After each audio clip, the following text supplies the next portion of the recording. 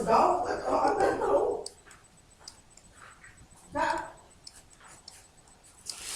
Students, मैं doctor सुमन आपका physics study में स्वागत करती हूँ।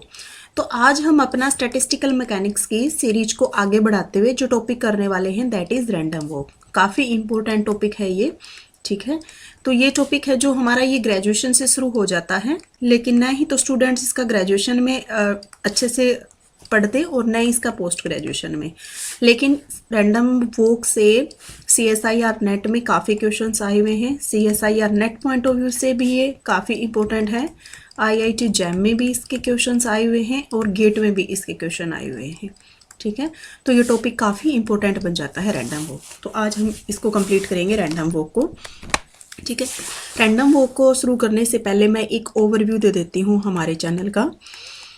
इसमें हमने स्टैटिस्टिकल मैकेनिक्स की सीरीज़ सबसे पहले शुरू की है। तो इसके 11 लेक्चर्स कंप्लीट हो चुके हैं। उन 11 लेक्चर्स में हमने बेसिक से शुरू किया है।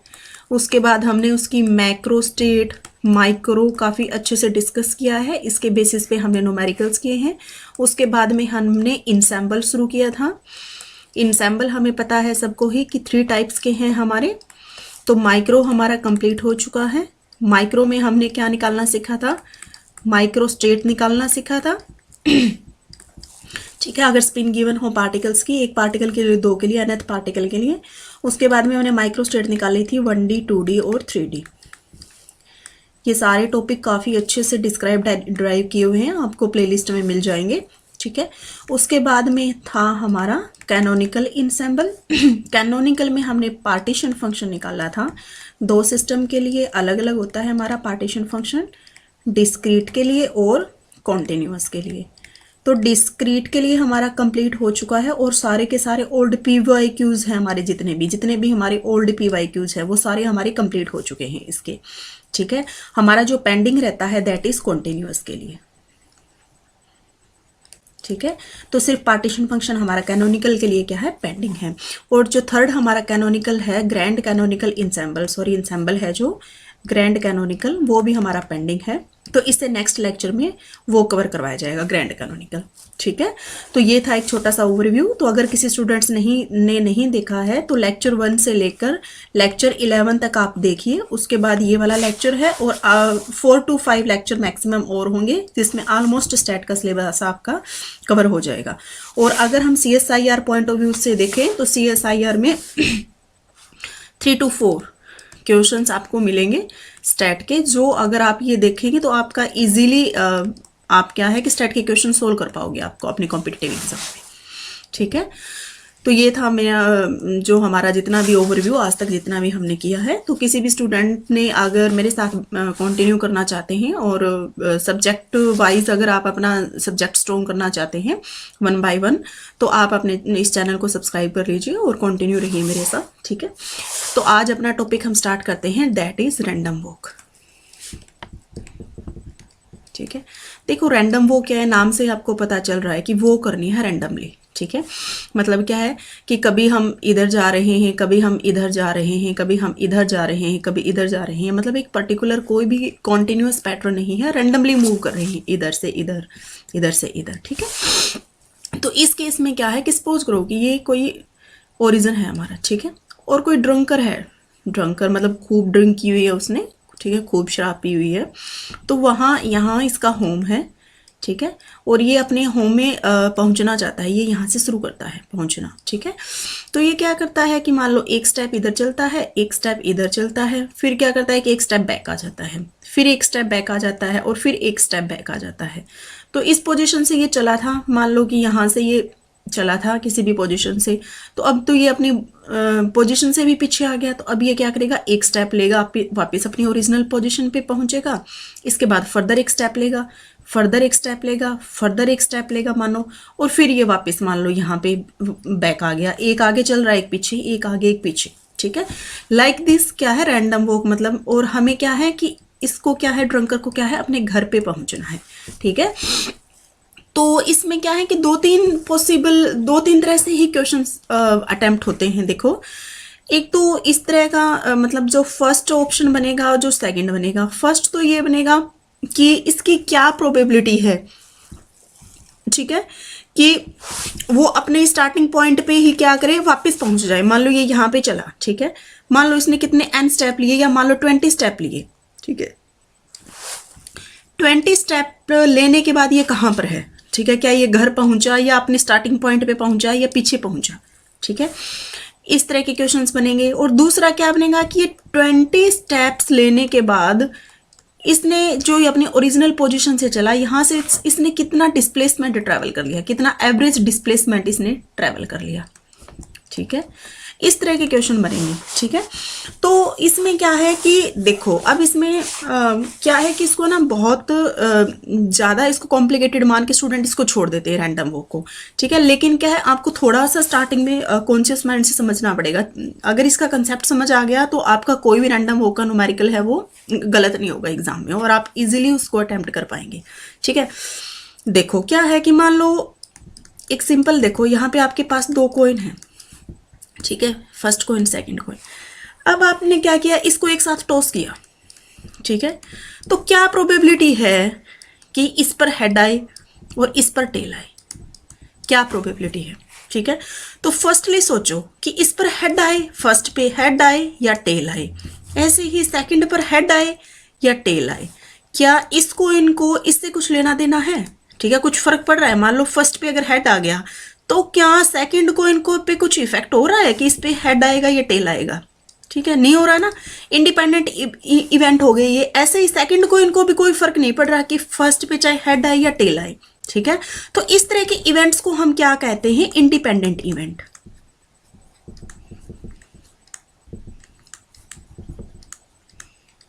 ठीक है। इस तरह के क्या कहते हैं, इंडिपेंडेंट इवेंट। तो ये जो रैंडम वॉक है ना, जो ये जो ड्रंकर हमारा यहाँ से चला, ये भी क्या है, मान लो कि इसने अपना स्टेप फर्स्ट यहाँ पे लिया, सेकंड यहाँ पे लिया, इसको ड्रंकर को, ये जो ड्रंकर है इसको खुद को नहीं पता कि इसका जो नेक्स्ट स्टेप होने वाला है वो क्या होने वाला है, क्या ये राइट में लेने वाला है या क्या है ये लेफ्ट में लेने वाला है, ठीक है। तो ये भी क्या हो गया, एक तरह से इंडिपेंडेंट इवेंट हो गई, ठीक है। ये इसने राइट में लिया, नेक्स्ट इसको नहीं पता कि ये लेफ्ट में लेगा ये राइट में लेगा, ठीक है।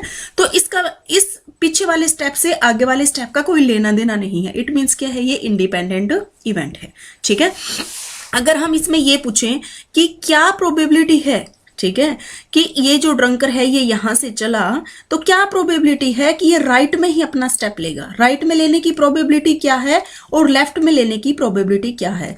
तो इस तरह के क्वेश्चंस जिसमें क्या होते हैं, हमारी जो इवेंट्स हैं वो एक दूसरे पे इंडिपेंडेंट हो और उसमें प्रोबेबिलिटी पूछे कि इसकी क्या प्रोबेबिलिटी है। तो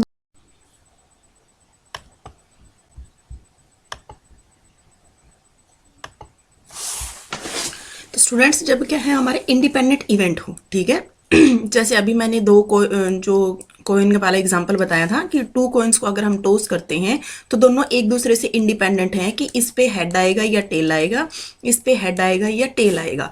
सेम हमारा ड्रंकर के केस में है कि ड्रंकर जब हमारा यहाँ से चला तो उसको नहीं पता कि वो नेक्स्ट स्टेप राइट में लेने वाला है या वो नेक्स्ट स्टेप लेफ्ट में लेने वाला है, ठीक है। दोनों जो स्टेप हैं वो क्या है, एक दूसरे से इंडिपेंडेंट, ठीक है। तो इस तरह जब हमारे इंडिपेंडेंट इवेंट हो, ठीक है, इस तरह जब हमारे इंडिपेंडेंट इवेंट्स हो, ठीक है, और हमसे ये पूछा जाए कि पर्टिकुलर इवेंट की क्या प्रोबेबिलिटी होगी नेक्स्ट, मान लो इस इवेंट की कि राइट में लेने की या लेफ्ट में लेने की क्या प्रोबेबिलिटी होगी। तो जब इंडिपेंडेंट इवेंट होते हैं और पर्टिकुलर इवेंट की प्रोबेबिलिटी पूछी जाती है तब हम यूज करते हैं बाइनोमियल डिस्ट्रीब्यूशन का। किसका यूज करते हैं, बाइनोमियल डिस्ट्रीब्यूशन का। और ये बाइनोमियल डिस्ट्रीब्यूशन है क्या, ठीक है, ज्यादा आपको एक्सपेंड या इसके मैथमेटिकल डेरिवेशन में जाने की जरूरत नहीं है। आपको क्वेश्चन सोल्व करने हैं तो आपको डायरेक्ट न्यूमेरिकल्स के लिए फॉर्मूला लर्न करना है, ठीक है। तो सपोज करो कि यही वाला जो ड्रंकर है हमारा, ठीक है, इसने मान लो टोटल n स्टेप्स लिए, ठीक है। तो क्या प्रोबेबिलिटी है कि इस टोटल n स्टेप्स में वो n1 स्टेप्स क्या है, राइट लेगा, ठीक है, कि वो n1 स्टेप्स क्या है, राइट लेगा। कि इस तरह से मान लो क्वेश्चन कि 10 स्टेप्स हैं तो क्या पॉसिबिलिटी है कि 7 स्टेप वो राइट में लेगा और क्या पॉसिबिलिटी है कि 3 स्टेप्स हैं वो ही लेफ्ट में जाएंगे। तो किसी तरह से भी क्वेश्चन को आपसे पूछा जा सकता है, ठीक है। तो इस केसेस में जब दो इवेंट्स क्या हो हमारे इंडिपेंडेंट हों और नेक्स्ट कमिंग इवेंट की प्रोबेबिलिटी पूछी जाए तो हम किसका यूज करते हैं, बाइनोमियल डिस्ट्रीब्यूशन का। ठीक है, और मैं एग्जांपल लेती हूँ, मान लो टोटल ड्रंकर ने n स्टेप्स लिए, क्या प्रोबेबिलिटी है कि n1 स्टेप्स वो राइट मिलेगा। तो इसको हम कैसे लिखेंगे, प्रोबेबिलिटी w से डिनोट कर लो या p से डिनोट कर लो। ठीक है, किसकी प्रोबेबिलिटी, n1 स्टेप राइट में लेने की, उसको हम लिखेंगे टोटल कितने हैं हमारे n स्टेप्स हैं, n में से n1 स्टेप्स राइट लेने की। ठीक है, n1 प्रोबेबिलिटी p की पावर n1 और q की power total n minus n1। ठीक है, यहाँ पे देखो ये फॉर्मूला, पहले तो इस फॉर्मूले को अच्छे से देखो आप क्या है। देखो यहाँ पे ये क्या है, W या P जो भी आपका मन करता है डिनोट कर लेना। प्रोबेबिलिटी क्या है कि n1 स्टेप्स राइट मिले और टोटल स्टेप्स कितने हैं n। तो आप लिखते हो ना कि मान लो एग्जांपल नहीं करते सिंपल प्रोबेबिलिटी की 10 बॉल्स है और 10 बॉल्स मान लो कि वाइट और ब्लैक है, 10 बॉल्स, क्या प्रोबेबिलिटी है कि 2 बॉल्स हमें निकालनी है वो वाइट ही हो। तो कैसे लिख सकते हो आप, 10c2 लाइक दिस निकलते हो ना कि 10 में से 2 की निकालने की probability like this. Total n में से n1 राइट की तरफ लेने की क्या प्रोबेबिलिटी है, nc(n1). p क्या है, p है प्रोबेबिलिटी टुवर्ड्स राइट, स्टेप लेने की प्रोबेबिलिटी टुवर्ड्स राइट। ठीक है, और q क्या है, प्रोबेबिलिटी है टुवर्ड्स लेफ्ट, टुवर्ड्स लेफ्ट। ठीक है, ये मान लो टोटल ये जो ड्रंकर है, ठीक है, ये या तो राइट मिलेगा या लेफ्ट मिलेगा। ठीक है, अगर इसने राइट में ले लिया तो 100% प्रोबेबिलिटी है कि इसने राइट में ले लिया, तो लेफ्ट में क्या हो जाएगा, 0। और अगर इसने जो स्टेप है वो लेफ्ट की तरफ ले लिया, मतलब 100% प्रोबेबिलिटी, मतलब 1 चांस हो गया, प्रोबेबिलिटी 1 है लेफ्ट में लेने की, तो राइट में क्या हो गई, 0। लेकिन जो टोटल प्रोबेबिलिटी है p + q वो तो 1 ही रहेगी ना। ठीक है, वो तो हमेशा 1 ही रहेगी कि या तो वो राइट में लेगा तो लेफ्ट में 0 हो जाएगी, अगर वो लेफ्ट में लेगा तो वो राइट में 0 हो जाएगी। ठीक है, तो लेकिन टोटल प्रोबेबिलिटी हमारी क्या रहेगी, 1। ठीक है, तो क्या है हमारा ये जो फॉर्मूला है, इसमें क्या था हमारा, probability of n step towards right क्या हो जाएगी हमारी, nc(n1). अगर ये चीज आपको समझ आ गई तो आपको ये मान के चलो कि रैंडम वॉक का पूरा टॉपिक समझ आ गया। ठीक है, p की पावर n1 और q की पावर n माइनस n1। अगर हम इसको मान लो नोटेशन आप दूसरी भी यूज कर सकते हो कि राइट में लेने की प्रॉपर्टीज आप r से डिनोट करते हो, तो कि p की पावर क्या हो जाएगी r, q की पावर क्या हो जाएगी n माइनस r, और टोटल स्टेप जो n है वो किसके इक्वल है, r प्लस है l, राइट में लेने की प्रोबेबिलिटी और लेफ्ट में लेने की प्रोबेबिलिटी, या फिर जो सॉरी ये टोटल स्टेप्स टुवर्ड्स लेफ्ट और टोटल स्टेप्स टुवर्ड्स लेफ्ट और राइट। ठीक है, टोटल यही होंगे ना, मान लो टोटल 10 स्टेप्स है तो 7 उसने मान लो कि राइट की तरफ लिए तो 3 उसने लेफ्ट की तरफ लिए, तो 10 क्या है टोटल, राइट की तरफ क्या है nr और लेफ्ट की तरफ क्या है nl। ठीक है, तो टोटल स्टेप क्या होंगे nr प्लस में nl।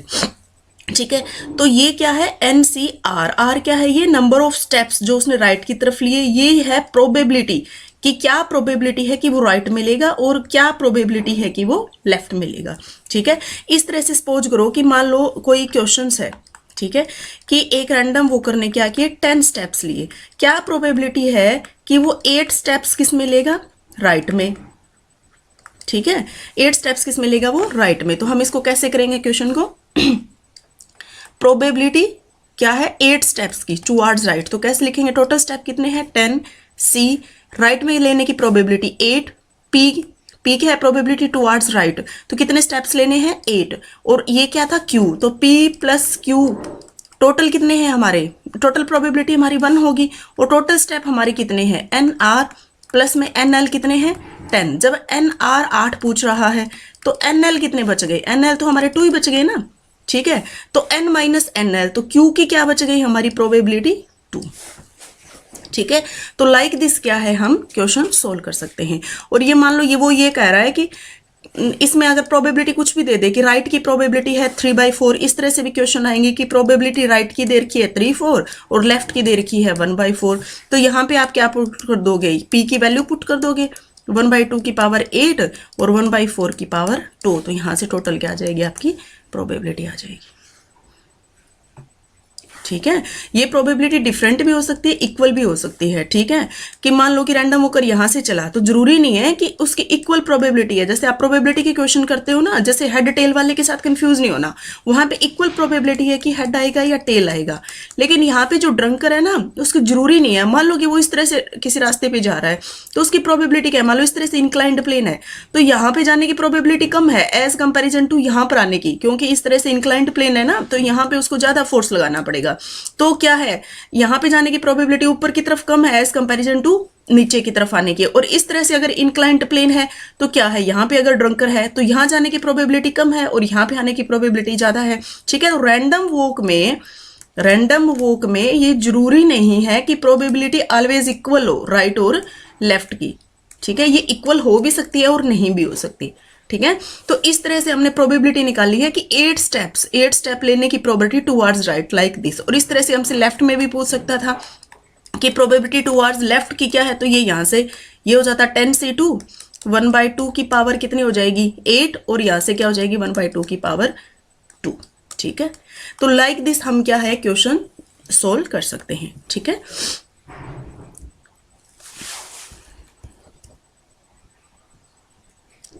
तो अब हम क्या करेंगे, नेक्स्ट चलते हैं। क्वेश्चन चलने से आपको क्या हो जाएगा, आइडिया हो जाएगा कि किस तरह इस फॉर्मूले को हमने यूज करना है।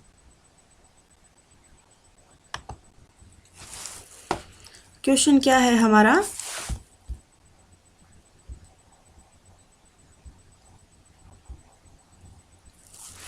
क्वेश्चन क्या है, taking an step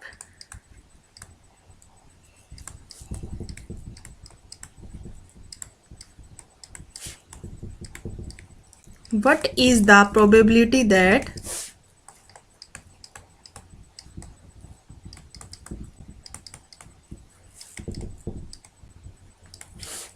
the random walker returns to the starting point।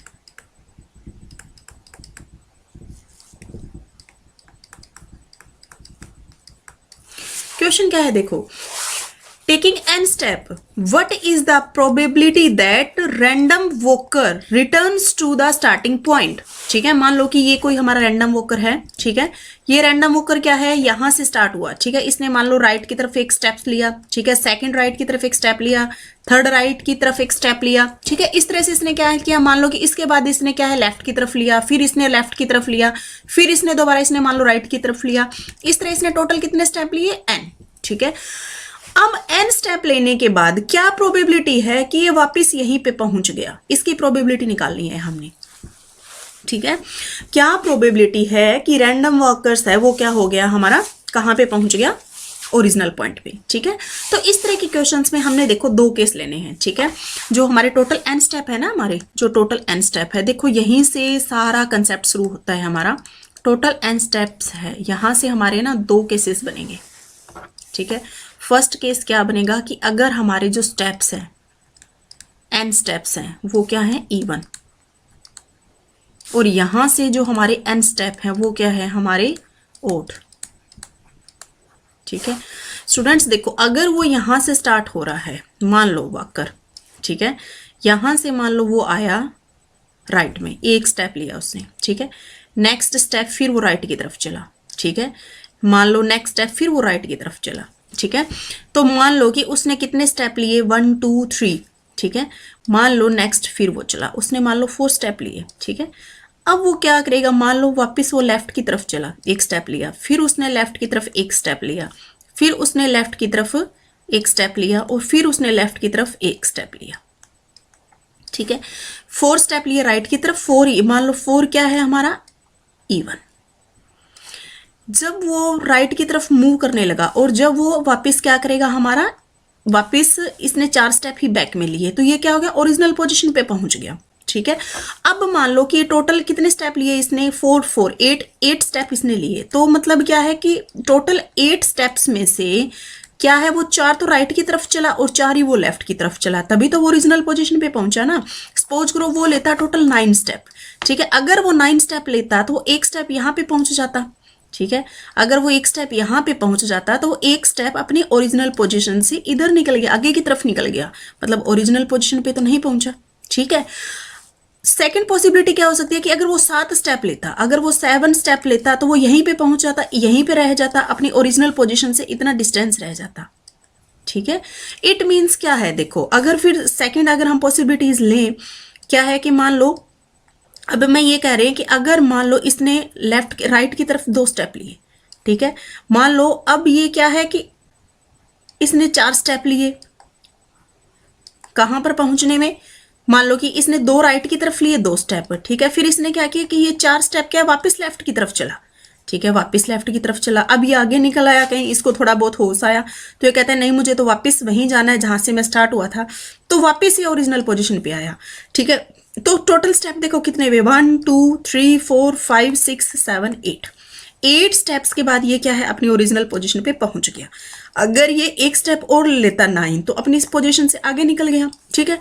It means क्या है कि प्रोबेबिलिटी ओरिजिनल पॉइंट पे पहुंचने की प्रोबेबिलिटी, ओरिजिन पे पहुंचने की प्रोबेबिलिटी कब है, इफ एंड ओनली इफ, जब स्टेप क्या है आपके इवन, तभी आप ओरिजिनल पोजीशन पे पहुंच सकते हो। अगर आपके ओड है तो वहां पे आपकी प्रोबेबिलिटी क्या होगी, डायरेक्ट 0, आप ओरिजिनल पोजीशन पे पहुंच ही नहीं पाओगे। ठीक है, आया समझ में। तो यहाँ पे क्वेश्चन में जो हमसे पूछा था ना कि n स्टेप के बाद, n स्टेप है वो, ठीक है, n स्टेप के बाद क्या प्रोबेबिलिटी है कि वो वापस ओरिजिन पे पहुंच पाएगा। ठीक है। अगर n स्टेप के बाद क्वेश्चन मान लो इस तरह घुमा फिरा के दे देता कि after 13 steps what is the probability that random walker है वो क्या है returns to the original point, तो हम डायरेक्ट क्वेश्चन हमें सोल्व करने की जरूरत नहीं थी, हम क्या कर देते, प्रोबेबिलिटी क्या होगी हमारी 0, क्योंकि ओड स्टेप के बाद वो अपनी ओरिजिनल पोजीशन पे पहुंच ही नहीं पाएगा। ठीक है। इवन है, अगर अब हमें ये n स्टेप्स गिवन है, हमें नहीं पता इवन है या ओड है, ठीक है, तो हमें क्या करना पड़ेगा, सोल्व करना पड़ेगा। ठीक है। तो हम मान के चलते हैं कि जो हमारे स्टेप्स हैं वो इवन ही है, क्योंकि ओड में तो हमें पता ही है कि अगर n स्टेप्स ओड होते तो प्रोबेबिलिटी क्या होती, 0। ठीक है। तो अब हम इस क्वेश्चन को क्या करेंगे, सोल्व करेंगे। ठीक है। प्रोबेबिलिटी का फॉर्मूला है हमारा प्रोबेबिलिटी का फॉर्मूला हमें पता है क्या है, n c r p की r q की n माइनस r। ठीक है। हमने मान लिया कि n जो है हमारा क्या है, इवन स्टेप है, n क्या है हमारे इवन स्टेप्स है। ठीक है। इस केस में क्या होगा, देखो हमारा अगर n इवन स्टेप है और हमें क्या है कि ओरिजिनल पोजीशन में ही वापस आना है, n इवन स्टेप है, तो इसके लिए हमारा क्या होगा, जो स्टेप साइज जितने राइट मिलेगा उतने ही लेफ्ट मिलेगा, तभी ओरिजिनल पोजीशन पे पहुंच पाएगा ना। ठीक है। और हमारे जो टोटल स्टेप्स हैं वो होते क्या है हमारे, मान लो मैं इसको n कैपिटल से नोट करूं तो ये क्या होगा हमारा एन आर प्लस में n ऑफ l। ठीक है। और एन आर एन एल इस केस में होता क्या है, इवन के केस में एन आर किसके बराबर होता है, एन एल के इक्वल। तो n को मैं क्या लिख सकती हूँ, n को लिख सकती हूँ एन आर प्लस में एन आर, ये क्या हो गया टोटल 2nr। ठीक है। तो N R steps towards right, N R क्या डिनोट कर रहा है, स्टेप्स टुवर्ड्स राइट, ये किसके बराबर हो गया, टोटल स्टेप्स डिवाइडेड बाय 2। ठीक है। ये आ गया हमारा। इसके बाद क्या करना है हमें, अब हमारे फॉर्मूले में पुट कर दो हमारी प्रोबेबिलिटी पूछी है ना हमारी वापस आने की, तो प्रोबेबिलिटी ये वाला फॉर्मूला। ठीक है। तो ये r था, इस r को अगर हम रिप्लेस करें टुवर्ड्स राइट, ठीक है, तो ये क्या हो जाएगा टोटल एन सी, एन को रिप्लेस कर दो एन आर से, कि जो स्टेप वो क्या लेगा, राइट में लेगा, एन सी आर। ठीक है। प्रोबेबिलिटी राइट में जाने की इन टू में प्रोबेबिलिटी क्या हो जाएगी, n माइनस एन आर। अब यहां से n क्या है हमारा n/2, तो ये क्या हो जाएगा N C n/2, probability N R क्या हो जाएगा n/2, और q क्या हो जाएगा n माइनस n/2, ये भी क्या हो जाएगा n/2। ठीक है। तो ये क्या होगी प्रोबेबिलिटी हमारी, ये है हमारी प्रोबेबिलिटी कि रैंडम n स्टेप लेने के बाद अपनी ओरिजिनल पोजीशन में पहुंच पाएगा। ठीक है। तो हमने क्या लेना है कि इवन स्टेप्स के बाद ही हमेशा वो क्या है ओरिजिनल पोजीशन पे पहुंच पाएगा, और इवन स्टेप होंगे तो क्या होगा, जो हमारा इवन स्टेप होंगे ओरिजिनल पोजीशन पे तभी आएगा जब हमारे राइट में जितने स्टेप लेगा उतने ही क्या लेगा, लेफ्ट में लेगा। ठीक है। तभी हम वो क्या आएगा, ओरिजिनल पोजीशन में आएगा। जैसे मैंने आपको बताया था ना, मान लो कि ये राइट में एक स्टेप लिया, एक ए स्टेप लिया, अब लेफ्ट में मान लो यहाँ पे लिए 2 स्टेप लिए, अब ये क्या आगे निकल गया लेफ्ट में, ठीक है, 2 स्टेप आगे निकल गया।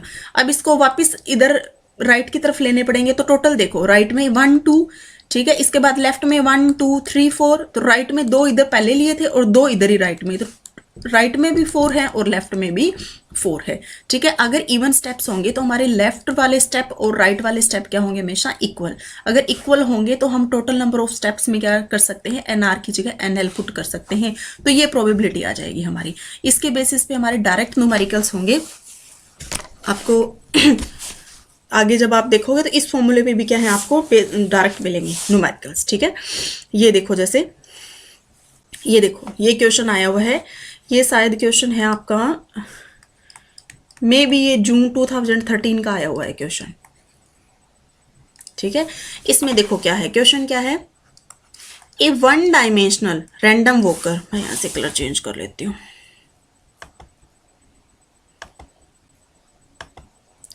क्या है देखो, a 1 dimensional random walker takes N steps था शायद यहाँ पे, टेक्स एन स्टेप्स, यहाँ पे एन था, N steps to the right, left और राइट विद इक्वल प्रोबेबिलिटीज, ठीक है। या वॉकर टेक्स स्टेप, ये एन नहीं है, सॉरी, क्वेश्चन की स्टेटमेंट मैंने पढ़ी नहीं थी। क्या है देखो, a 1 dimensional random walker takes the steps to the left और राइट विद इक्वल प्रोबेबिलिटीज, ठीक है। The probability that the random walker starting from origin is back to origin after an even number of steps, ठीक है। क्या कह रहा है देखो, कोई भी है, एक 1 डायमेंशनल रैंडम वॉकर है, 1 डायमेंशनल का मतलब है कि वो एक ही लाइन में चल रहा है, ठीक है। यहाँ से ओरिजिन से वो स्टार्ट हुआ है और वो क्या कर रहा है, एक ही लाइन में चल रहा है। अगर वो एक ही लाइन में चल रहा है तो वो ये कह रहा है कि यहाँ से जब चला तो उसकी इक्वल प्रोबेबिलिटी है कि वो इधर भी जा सकता है और इधर भी जा सकता है, इक्वल प्रोबेबिलिटीज है, ठीक है। और क्या कह रहा है, इक्वल प्रोबेबिलिटीज के बाद क्या कह रहा है, द, क्या है ये क्वेश्चन मुझे अनकम्प्लीट लग रहा है थोड़ा सा, मैं इसको देख लेती हूँ एक बार।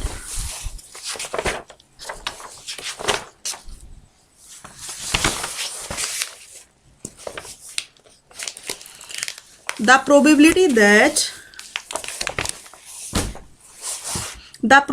that random walker starting from origin is back to origin after any number of steps. देखो, होप आपको क्वेश्चन समझ आया होगा। ये क्या कह रहा है कि मान लो एक 1D है हमारी, यहाँ से क्या है, ये 1D है, यहाँ से क्या है हमारा वॉकर स्टार्ट करता है, ठीक है। तो इसकी क्या है, इक्वल प्रोबेबिलिटी है कि ये स्टेप इधर भी ले सकता है और ये स्टेप इधर भी ले सकता है, ठीक है।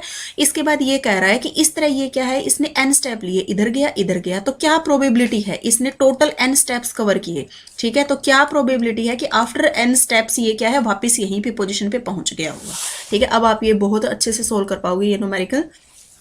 कैसे, देखो, ये जो फॉर्मूला था P इज इक्वल टू क्या था, NC(n/2), P(n/2), Q(n/2). देखो, इससे आप बहुत इजीली सोल्व कर पाओगे इसको।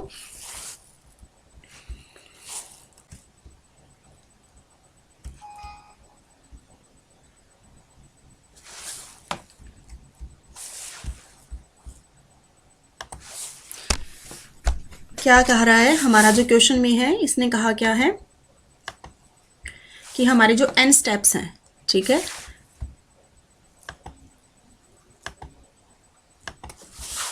जो n स्टेप्स हैं वो पहले तो हमें क्या गिवन है, E1 है, ठीक है।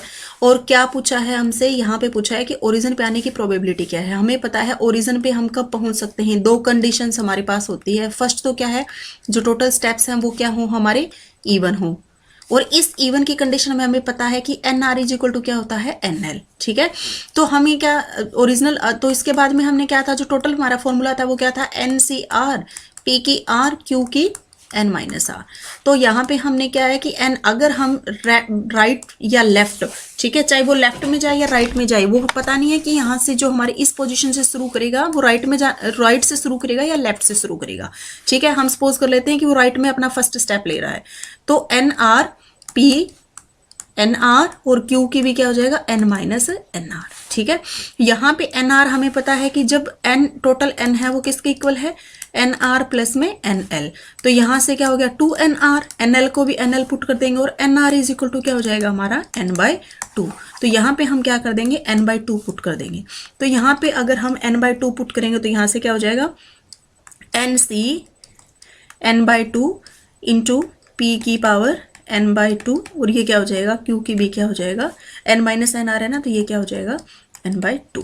अब ये P क्या है, प्रोबेबिलिटी है स्टेप लेने की टुवर्ड्स राइट, और Q क्या है, प्रोबेबिलिटी है टुवर्ड्स लेफ्ट, और ये इक्वल दे रखी है हमें half half.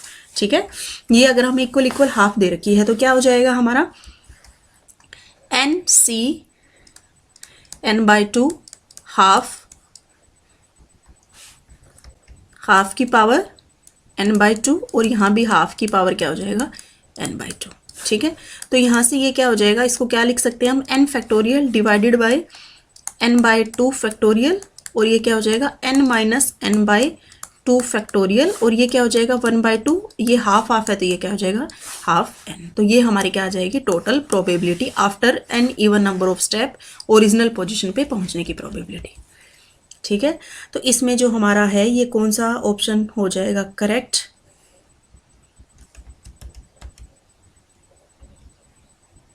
n factorial divided by, ये हो जाएगा हमारा फर्स्ट ऑप्शन करेक्ट। ठीक है,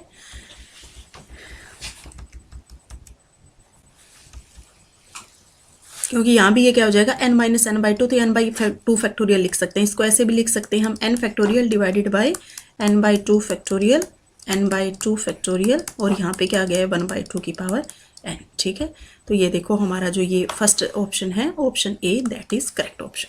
ठीक है,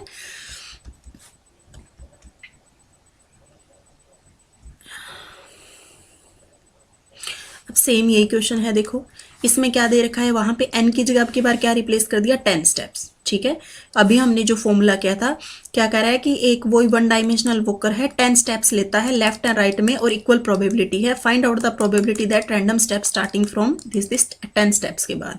ठीक है, तो क्या हो जाएगा हमारा NC n/2 था ना, यहाँ पे था n/2, और ये क्या था P की पावर n/2 और Q की पावर n/2। ठीक है, यहाँ पे n की वैल्यू अब की बार क्या है 10 है, तो ये क्या हो जाएगा 10C, ये क्या हो जाएगा 5, और ये क्या थी हाफ की पावर 5, और यहाँ पे क्या हो जाएगा हाफ की पावर 5, तो ये क्या हो जाएगा 10 फैक्टोरियल डिवाइडेड बाय 5 फैक्टोरियल, और 10 माइनस 5 ये क्या हो जाएगा 5 फैक्टोरियल, और ये क्या हो जाएगा 1/2 की पावर 10। ये हो जाएगा हमारा करेक्ट आंसर। ठीक है, तो इस तरह से आपको अगर यहाँ पे होते 11 स्टेप, ठीक है 11 स्टेप होता तो हमारा क्या होती है प्रोबेबिलिटी क्या हो जाती है डायरेक्ट 0। ठीक है, तो इस तरह से हम क्या कर सकते हैं क्वेश्चंस को सोल्व कर सकते हैं। ठीक है, नेक्स्ट क्वेश्चन है, ये आपका आया हुआ है शायद ये आया हुआ है आपका 2017 में है, मे बी ये 2017 का क्वेश्चन है CSIR का। ठीक है, इसमें देखो क्या ऑप्शन क्या क्वेश्चन में क्या गिवन है कि ए रैंडम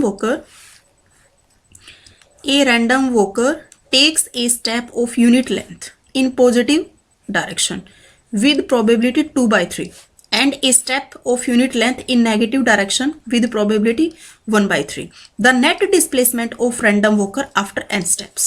ठीक है, अब इसमें क्या करना है, देखो मैंने कहा था ना आपको कि दो तरह के क्वेश्चन बनेंगे हमारे, एक तो क्या कि प्रोबेबिलिटी क्या है ओरिजिन पे पहुंचने की, राइट में जाने की, लेफ्ट में जाने की, लाइक दिस। ठीक है, एक क्या है कि आफ्टर n स्टेप्स लेने के बाद उसने कितना डिस्टेंस ट्रेवल किया, एवरेज डिस्टेंस लिया या कितना लिया। ठीक है, इस तरह के क्वेश्चंस, दो तरह के क्वेश्चंस बनेंगे आपके। ठीक है, तो एवरेज डिस्टेंस का आपका काफ़ी वो है, इसमें क्या है एवरेज डिस्टेंस निकालने के लिए आपको थोड़ा सा डेरिवेशन करना पड़ेगा।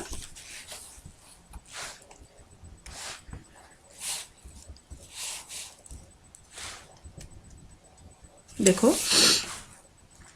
कि मान लो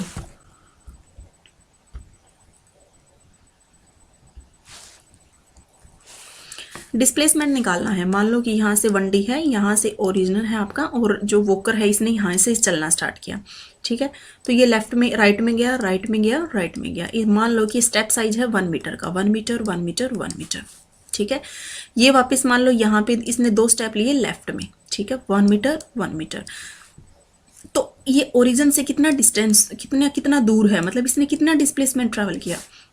तो इसने कितने स्टेप राइट में लिए माइनस कितने स्टेप लेफ्ट में लिए इनटू में स्टेप साइज, क्योंकि स्टेप साइज तो इक्वली रखेगा वो, ठीक है। ऑलमोस्ट ये हम सिंप्लिसिटी के लिए मान के चलते हैं कि वो जो स्टेप साइज ले रहा है वो इक्वल ले रहा है, ठीक है। तो एन आर कितने स्टेप लिए इसने 3, ठीक है, माइनस एन एल में कितने स्टेप लिए 2, और स्टेप साइज है मान लो हमारा 1 मीटर का, तो इसका जो डिस्प्लेसमेंट आ गया वो कितना आ गया 1 मीटर, ठीक है। तो जो हम एवरेज डिस्प्लेसमेंट लेंगे ना उसका फॉर्मूला क्या होगा हमारा, N R minus N L mod of into A. ये जरूरी नहीं है एन आर ही होगा, यहाँ पे ये यहाँ भी जा सकता था, 3 स्टेप ये लेफ्ट में भी ले सकता था, 5 स्टेप लेफ्ट में ले सकता था, फिर ये क्या है 2 स्टेप ये राइट में ले सकता था।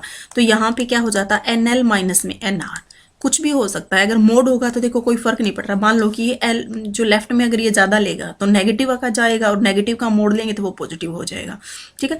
तो कोई फर्क नहीं पड़ता। तो हम बेसिक फॉर्मूला ये लिख लेते हैं एक बार, डी इज इक्वल टू क्या आ गया N R minus N L into A क्या है स्टेप साइज, एन आर क्या है जो स्टेप्स उसने क्या लिए राइट की तरफ, जो स्टेप उसने कहाँ लिए राइट में लिए, ठीक है। और एन एल क्या है जो स्टेप उसने कहाँ लिए लेफ्ट, और ए क्या है आपका स्टेप साइज, ये क्या है हमारा स्टेप साइज, ठीक है। अब क्या है देखो ये फॉर्मूला है आपका। अब अगर आपका अगर हमें क्या पता है ओरिजिनल पोजीशन पे अगर पहुंचता है, ठीक है, तो हमारे क्या होते हैं जो n स्टेप्स होते हैं वो क्या होते हैं हमारे इवन, ठीक है। तो यही फॉर्मूला अगर n स्टेप्स हैं हमारे, ठीक है, तो यहाँ पे क्या हो जाएगा हमारा nl और nr क्या हो जाएंगे इक्वल, ठीक है। एनएल और एनआर हमारे क्या हो जाएंगे इक्वल, ठीक है। तो D इज इक्वल टू क्या था हमारा, D इज इक्वल टू क्या था, और N इज इक्वल टू क्या था हमारा एन एल प्लस में N ऑफ R। तो यहाँ से हमारा जो NL है वो क्या हो जाएगा N माइनस NR, ठीक है। तो ये वाली अगर वैल्यू हम कहाँ पुट करें, इसमें पुट करें, तो यहाँ से जो एवरेज डी को जो इस तरह एक्सपेक्टेशन वैल्यू हम क्वांटम में लगाते हैं ना, एक्सपेक्टेशन या एवरेज या मीन कुछ भी पूछा जा, एक ही मतलब होता है एक्सपेक्टेशन मीन और एवरेज, ठीक है। तो ये डी इज इक्वल टू क्या हो जाएगा आपका N R minus N L की जगह क्या पुट करेंगे हम एन माइनस एन आर, तो माइनस एन और प्लस एन आर इंटू में इसका स्टेप साइज ए। तो ये क्या हो गया 2nr माइनस एन इंटू में ए, ये क्या आ गया हमारा average distance, distance d is equal to क्या आ गया 2nr माइनस एन इंटू में ए।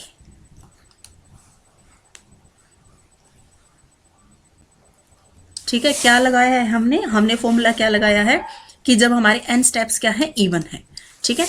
अब हमें क्या करना है,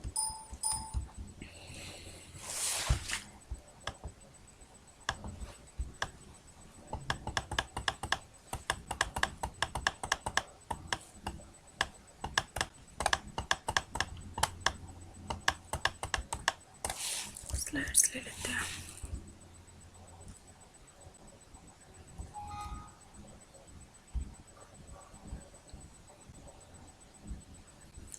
ठीक है, अब क्या करना है देखो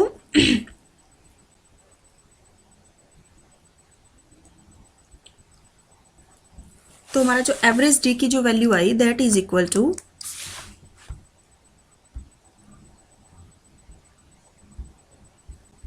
तो जो डी की एवरेज वैल्यू आई है वो हमारी क्या आई है हमारी 2nr माइनस एन इंटू में स्टेप साइज ए, ये आई है हमारे डी के एक्सपेक्टेशन वैल्यू। अब इसमें क्या है देखो एन क्या है हमारा कांस्टेंट है जो क्या होता है हमारा एन आर प्लस में एन एल, ठीक है। मान लो टोटल 10 स्टेप लिए तो ये 3 हो सकते हैं, ये 7 हो सकता है, ये 3 ये 2 हो सकता है, ये 8 हो सकता है, ये 2, लेकिन जो ये n है वो हमेशा क्या रहेगा कांस्टेंट, ठीक है। ए भी क्या है हमारा स्टेप साइज वो भी हमेशा क्या रहेगा कांस्टेंट। तो जो हमारा डी एक्सपेक्टेशन आएगी वो क्या आएगी 2, सिर्फ एवरेज आएगी वो किसकी आएगी अब की बार एन आर, क्योंकि ये तो वेरी कर रहा है ना, यहाँ पे 3 हो सकता है 7 2 8, तो कैसे लिखेंगे 2nr माइनस में n इंटू में ए, ठीक है। ये आ गया हमारे डी के एक्सपेक्टेशन वैल्यू। इस पे ही बेस्ड आपके न्यूमेरिकल आए हुए हैं डायरेक्ट, ये फॉर्मूला बहुत इंपॉर्टेंट है जो आपको लर्न करना है, ठीक है। अब देखो क्या करना है आपको, ये जो एन आर है, अब आपको इंपॉर्टेंट 3 फॉर्मूलेज डायरेक्ट याद रखने हैं, डायरेक्ट याद रखने हैं आपको 3 फॉर्मूलेज। वो क्या है देखो, फर्स्ट तो आपकी expectation value of N R. N R क्या है देखो, number of steps towards right. इसका जो फॉर्मूला है that is equal to N P, ये हमारा फर्स्ट फॉर्मूला। सेकेंड फॉर्मूला जो आपने याद रखना है that is delta N R. Delta N R का मतलब क्या है, अनसर्टेनिटी इन डिस्टेंस, ठीक है। That is equal to under root N P Q, ये है आपका सेकेंड फॉर्मूला, ठीक है। और जो थर्ड फॉर्मूला है जो आपको याद रखना है that is equal to delta, वो है डेल्टा एन आर का, ये था ना इसका स्केयर, ठीक है। ये तो देखो इसका अगर आप दोनों साइड अगर स्केयर करो तो ये क्या हो जाएगा, एन पी क्यू, ठीक है। इसको क्या लिखते हैं देखो, इसको डेल्टा एन को क्या है आप क्या बोल सकते हो, इसको आप स्टैंडर्ड डेविएशन, अनसर्टेनिटी, कुछ भी बोल सकते हो, ठीक है, डेल्टा एन, ठीक है। और जो तीसरा फॉर्मूला है ना, ये तो थी क्या है, अनसर्टेनिटी किसमें, स्टेप्स हैं टुवर्ड्स राइट, ठीक है। ये क्या है, स्टेप्स टुवर्ड्स राइट। इस तरह से हमारा जो ये है ना डेल्टा डी, ये क्या है हमारा एवरेज डिस्प्लेसमेंट। अगर इसमें अनसर्टेनिटी डेल्टा डी, ठीक है, इसमें अगर अनसर्टेनिटी पूछे तो उसका फॉर्मूला क्या होगा, 2a under root N P Q. ये है तीसरा फॉर्मूला जो आपको डायरेक्ट लर्न करना है, ठीक है। तो 3 फॉर्मूले आपको डायरेक्ट लर्न करने हैं, 1 2 और 3, ठीक है। ये तीनों फॉर्मूले आपको क्या है, डायरेक्ट लर्न करने हैं, ठीक है। तो अब हमारा देखो कहाँ पे थे हम, यहाँ पे थे, ठीक है। यहाँ पे क्या था हमारा, डेल्टा डी था, डेल्टा डी क्या आ गया था वो हमारा, 2nr, 2 expectation of N R plus N, और इनटू में क्या था ए, ठीक है। तो यहाँ पे हम अब हमें पता चल गया कि ये जो एन आर की जो वैल्यू है, एक्सपेक्टेशन वैल्यू, वो क्या है, एन पी। तो अगर हम यहाँ पर पुट कर दें तो ये क्या आ जाएगा हमारा, delta D is equal to क्या आ जाएगा, 2 NP plus N, capital N, ये टोटल मान लो मैं इसको एन ही लिख देती हूँ, ठीक है। ये क्या हो जाएगा ए, ठीक है। तो इसमें से अगर एन कॉमन निकाल लें तो यहाँ पे क्या आ जाएगा हमारा, 2p प्लस 1 इंटू में ए। तो ये क्या आ गया, एवरेज डिस्प्लेसमेंट, ठीक है। तो अब हमारा जो क्वेश्चन था, क्वेश्चन क्या था हमारा,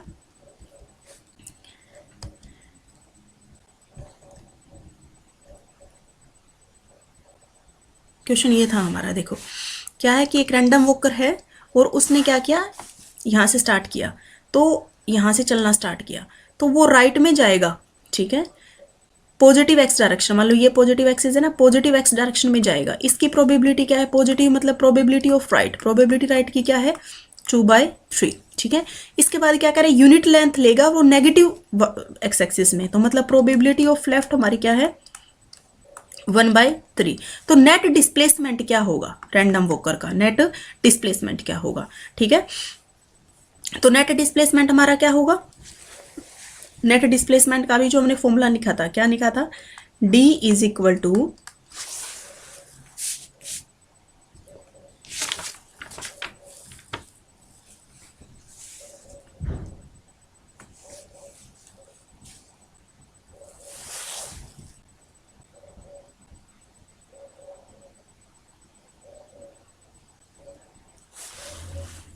ठीक है, क्या था हमारा formula, N R minus N L into में ए, ठीक है। एन आर क्या है, एन आर क्या है हमारा,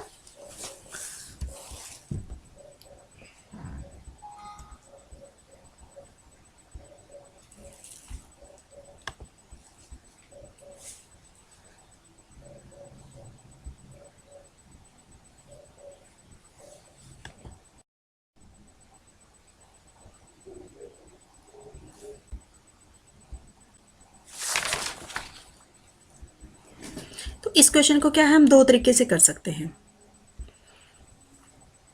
ठीक है। एक तो क्या है, ये ऊपर वाला और नीचे वाला एक ही है ये क्वेश्चन, ठीक है। तो इस क्वेश्चन को हम 2 तरह से कर सकते हैं, कैसे देखो, एक तो अभी जो मैंने आपको फॉर्मूला अभी जो हम इसके पीछे करके हटे हैं, जो हमारा टोटल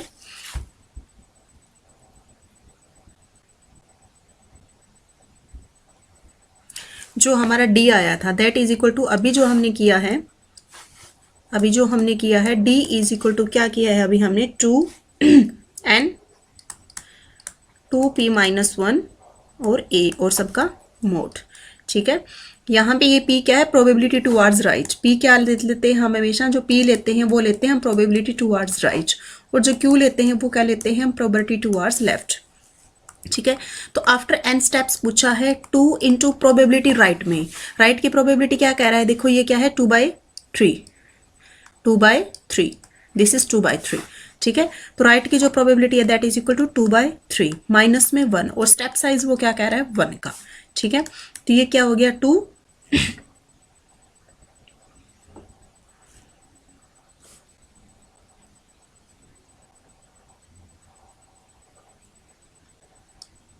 4/3 माइनस 1, ठीक है, इंटू में क्या हो जाएगा 1, हाँ ये क्या हो जाएगा n, ये क्या हो जाएगा 4/3 माइनस 1 इंटू में n, तो ये क्या हो जाएगा n इंटू में ये क्या हो जाएगा 4 माइनस 3 डिवाइडेड बाई 3 इंटू में 1, तो ये क्या हो गया 1/3n, ठीक है। इसका जो ऑप्शन बी है दैट इज करेक्ट ऑप्शन, ठीक है। और सेकंड जो ऑप्शन है हमारा, देखो ये तो हमने कौन से मेथड से किया, ये हमने उस मेथड से किया कि जब हमारा क्या है जो एवरेज डिस्प्लेसमेंट था दैट इज इक्वल टू हमने क्या लिया था एन आर माइनस में एन एल और इंटू ए, ठीक है। हमने अगर एन इवन स्टेप माने तो क्या है कि वो ओरिजिनल पोजीशन पे आएगा, तब एन आर और एन एल इक्वल हो जाएगा, और एन आर की एवरेज वैल्यू पुट करके हमारे पास ये फॉर्मूला आया था, ठीक है। इस फॉर्मूले से हमने इसको किया। सेकंड क्या है, आपने क्वांटम में पढ़ा होगा सेकंड हमने क्वांटम में पढ़ा है भी, किसी भी चीज़ की अगर एक्सपेक्टेशन निकालते हैं तो क्या करते हैं हम, जो समेशन लेते हैं that is equal to D into probability of D, मतलब D I into probability of D I, ये हम क्वांटम में पढ़ते हैं, ठीक है।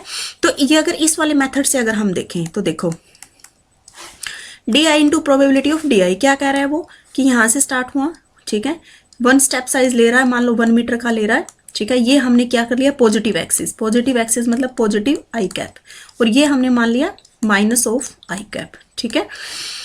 तो डी आई मतलब पहले हम राइट का करें तो राइट में क्या है, डी आई क्या है, डिस्प्लेसमेंट 1 मीटर ट्रेवल किया, ठीक है, और प्रोबेबिलिटी क्या है उसकी इंटू आई कैप लगा लेते हैं, चलो पॉजिटिव के लिए ए आई कैप, ए कह रखा है या यूनिट लेंथ ही कह रखा है, 1 इंटू आई कैप इंटू प्रोबेबिलिटी इसकी कितनी है 2/3, ठीक है, प्लस डी आई क्या हो जाएगा माइनस ऑफ 1 यूनिट साइज और minus of I cap, direction क्या लेंगे इधर minus of I cap, into में इसकी प्रोबेबिलिटी क्या है 3, ठीक है। तो ये क्या हो जाएगा 2/3 माइनस में 1/3, तो ये क्या आ जाएगा 1/3, ठीक है 1/3। अब ये क्या है 1/3 आई कैप लगा लो, या इसको अगर इसका मोड लेना है तो इसको 1 ले लो, ये क्या बच गया 1/3।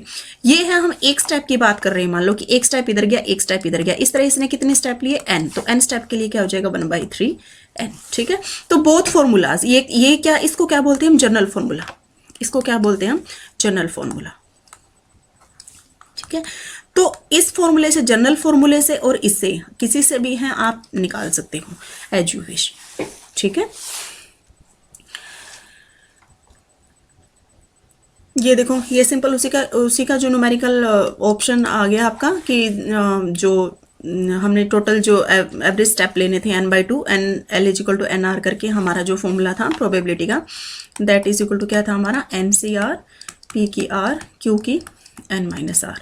तो यहाँ पे क्या कह रहा है 4 स्टेप्स की बात कर रहा है ये, ठीक है। In 1 dimensional a random walker takes a step with equal probability to left और right, probability that random returns to original point after 4 step की बात कर रहा है। तो यहाँ पे क्या आ जाएगा 4c, यहाँ पे n/2 तो 4c2, और ये हाफ की पावर 2 हाफ की पावर 2, ठीक है 4/2 हो जाएगा ना, ये 4 स्टेप्स की बात कर रहा है। तो ये क्या हो जाएगा 4 factorial divided by 2 factorial into 2 factorial, ये क्या हो जाएगा 1/2 की पावर 4, ठीक है। तो क्या हो जाएगा 4 into 3 into 2 factorial divided by 2 factorial into 2 factorial, ये क्या हो जाएगा 1/2 की पावर 4, 2 फैक्टोरियल कट गया, ये क्या हो गया 2 2 ज़ा 4, तो ये क्या हो गया 6 इंटू ये क्या है 2 की पावर 4, तो 2 इंटू 2 इंटू 2 इंटू 2, तो ये क्या हो गया 2 3, ये क्या आ गया 3/8, ऑप्शन सी क्या हो जाएगा इसका करेक्ट हो जाएगा, ठीक है। तो इस तरह से आपको क्या है, प्रोबेबिलिटी रैंडम वो का कंसेप्ट याद रखना है। तो रैंडम वो के जो आपके मेन जो न्यूमेरिकल जो है एग्जांपल्स फॉर्मूले थे, वो फॉर्मूले आपको देखो क्या याद रखना है। फर्स्ट तो आपका क्या है, बाइनोमियल डिस्ट्रीब्यूशन का फॉर्मूला याद रखना है, जो क्या है आपका NCR P की R Q की N-R। ठीक है, ये R क्या है, जो स्टेप लेने की प्रोबेबिलिटी टूवर्ड्स राइट, और ये क्या है टूवर्ड्स लेफ्ट। ये क्या है P प्रोबेबिलिटी राइट की, और ये प्रोबेबिलिटी है लेफ्ट की, और जो टोटल प्रोबेबिलिटी होती है डेट इज इक्वल टू 1।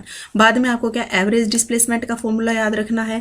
दूसरा क्या रखना है आपको, डेल्टा एन आर का स्केयर, और जो अनसर्टेनिटी इन डेल्टा। तो ये 3 फॉर्मूलेज आपको क्या है याद रखने हैं। ये 3 या 4 फॉर्मूला बेसिस, 3 या 4 ही हैं ये बेसिक जो फॉर्मूलाज हैं, इनके बेसिस पे आप इजीली न्यूमेरिकल सोल्व कर पाओगे रैंडम वॉक के। ठीक है, तो इसके कुछ 1-2 न्यूमेरिकल्स और रहते हैं, वो हम नेक्स्ट लेक्चर में डिस्कस करेंगे और कंटिन्यू करेंगे। तो ये अच्छे से समझ गया होगा। ठीक है, और आप इसको रैंडम वो का आप अच्छे से अगर आपको कोई दिक्कत कोई प्रॉब्लम है तो आप कमेंट करके पूछ सकते हैं। Thank you.